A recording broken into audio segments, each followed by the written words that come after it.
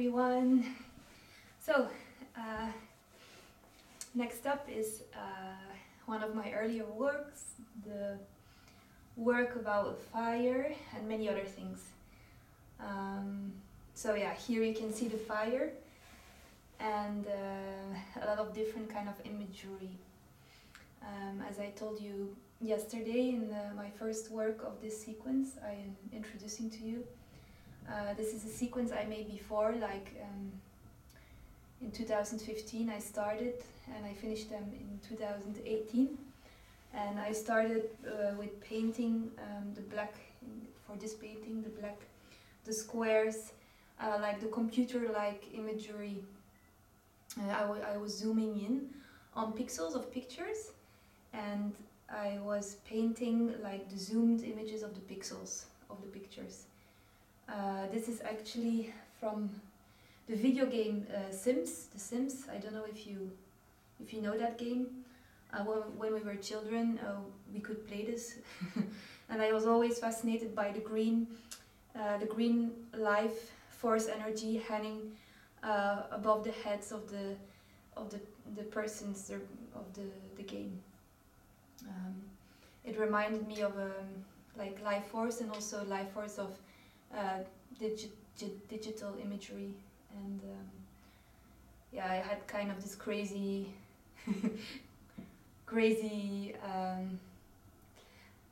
angles and like enthusiasm I wanted to express that time. So you can see in this work I was really like experimenting with different images from the computer, to cut them and combine them, make new images and then paint them. Like it was my ideal or my purpose to paint them as well as possible and like make paintings that could like be flowing images somewhere in the net stream, like in the computer world. But then, yeah, like I told you before, I came back from Nepal and I started diving deeper into spirituality and the elements. So I think later on I added the fire and also this one. So that was before Nepal actually. It's also a computer image, and this is my hand pointing between those two layers. So it's like a layer on a layer, and I'm pointing towards. That time I said pointing towards ignorance, like pointing towards the ignorance of our thoughts, of our being, of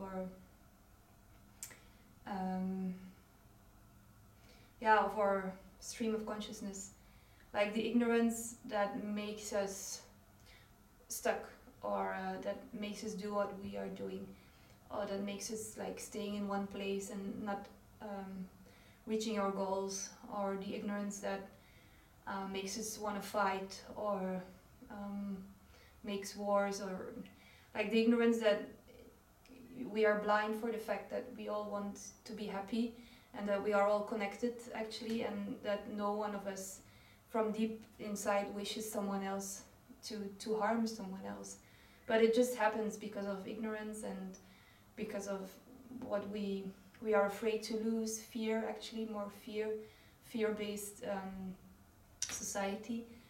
And yeah, before Nepal I was already pointing towards my own ignorance as well, and starting a journey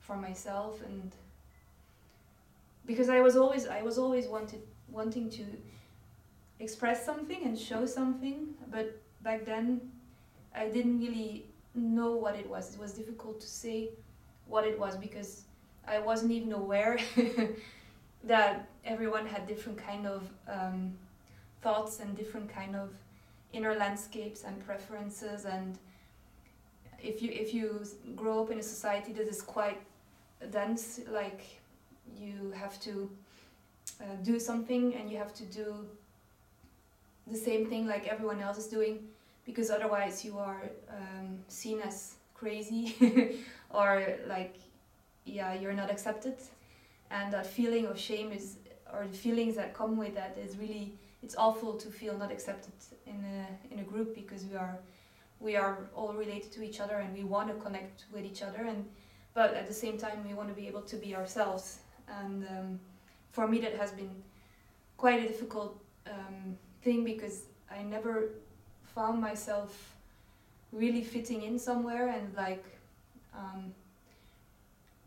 always a kind of surprised, but by how, or like thinking like, is this really how it's supposed to be, or what am I doing here, or why am I here, or why am I born? All these kind of questions always have been there, and I could hear my thoughts very loudly. I had very strong emotions, and I had no idea how to work with them and like allow them to be and understand them. And so it was kind of obvious, I think, that I like walked into in my case it was Lujong, like spiritual practice, and I always like to use my body, so I really like body movements, and Lujong is quite bodily, very earth grounded, and using the body. If you are an artist or a painter, or it's also very good to use your body in different kind of ways, because you can be quite fixated on some ideals, and also you are concentrated and a lot, and especially in our world where it's difficult to be different or to wish different things than everybody else is doing. Now I think things are changing, but we are getting more conscious about this, and it's also a deep wish of mine to help people to find their purpose, and also to find their creativity, and being able to be themselves, even if it's like very strange and weird for a large group of people, but still being able to connect with their families and like live in some kind of harmony with their environment. I always had a deep wish and longing also to be able to live here in my environment, but in harmony, and not neglecting myself and my own needs and my own wishes.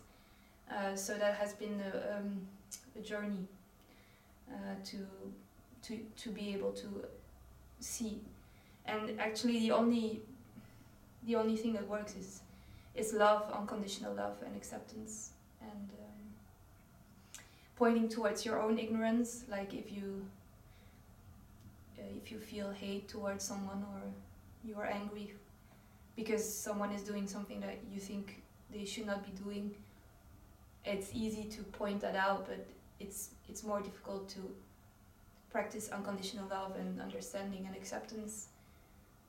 So you can tell, or you can be aware of the fact that it's maybe not good what they are doing, and that means that you don't have to do it. But you can also let it go, and accept the fact that you learned, that you saw the contrast of, okay, this is not how I want to live, and now I know, so I can choose my own path and my own destiny. So it's all an amazingly beautiful class or lesson, being here on this earth. Whether you like it or not, you are here. So pointing towards ignorance. Later on, when I went to Nepal, I learned a lot about awareness and our God nature, or Buddha nature, or true nature, and which is space and manifestation within space.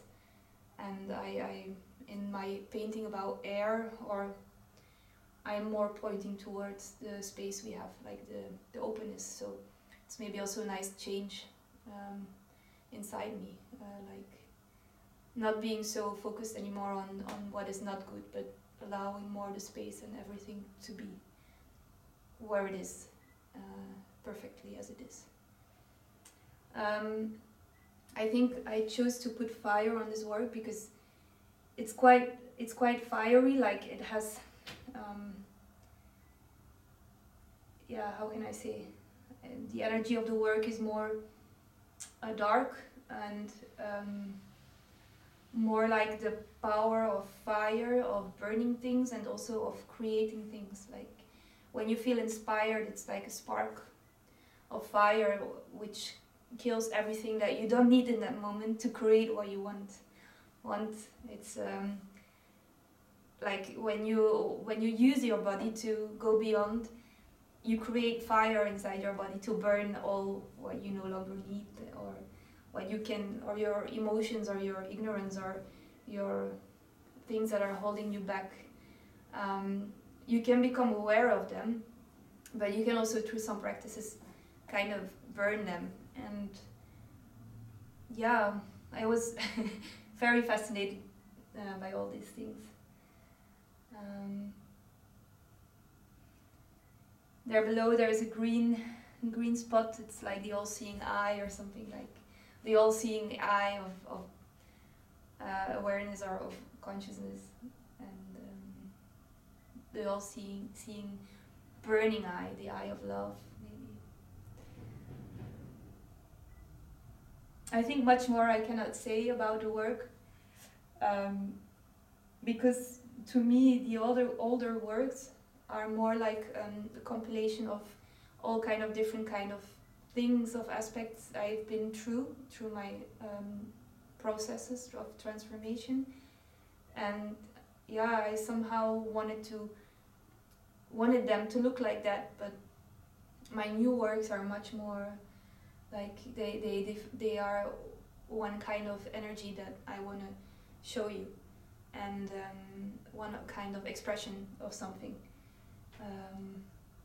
But I'm very happy I'm finally able to explain to you and tell you something more about these works, because they have been with me for a long time.